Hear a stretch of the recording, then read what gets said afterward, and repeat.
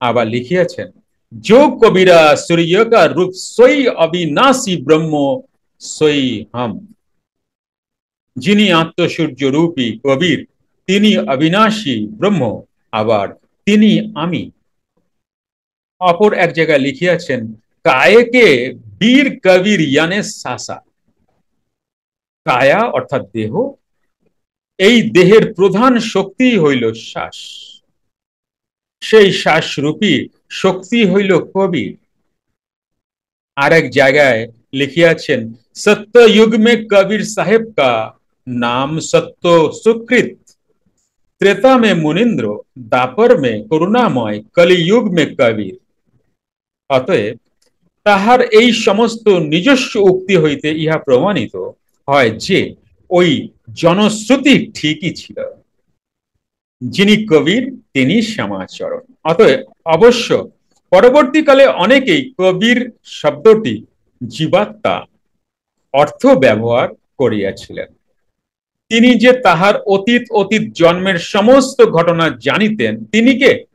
যোগীরাজ লাহিড়ী বাবা। তিনি যে তাহার অতীত অতীত জন্মের সমস্ত ঘটনা জানিতেন, তাহার আরো প্রমাণ মেলে তাহার ওই ডায়েরিগুলি হইতে। যেমন এক জায়গায় তিনি লিখিয়াছেন, আমার স্ত্রী পূর্ব জন্মে ভগিনী ছিলে, তাহাতে আপনকে ভালোবাস। অর্থাৎ আমার স্ত্রী পূর্বজন্মে ভগিনী ছিলেন, তাহার মধ্যে নিজেকে ভালোবাস। যোগীরাজ প্রতিদিনের ন্যায় সেদিনও নিজ কক্ষে ধ্যানমগ্ন হইয়া বসিয়া আছেন।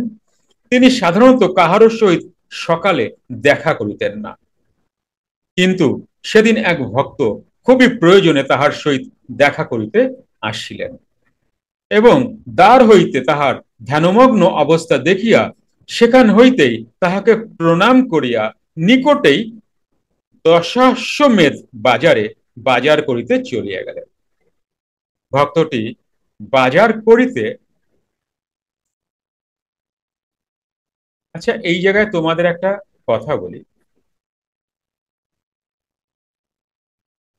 খুব সূক্ষ্ম একটা কথা, সূক্ষ্ম বিচার।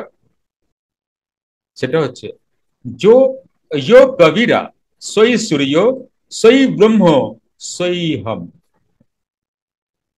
এখানে যেইভাবে লেখা আছে এই কথাটা তো ঠিক, কিন্তু যোগীর কাছে আরেকটা ব্যাখ্যা আছে। কিন্তু সেটা হচ্ছে,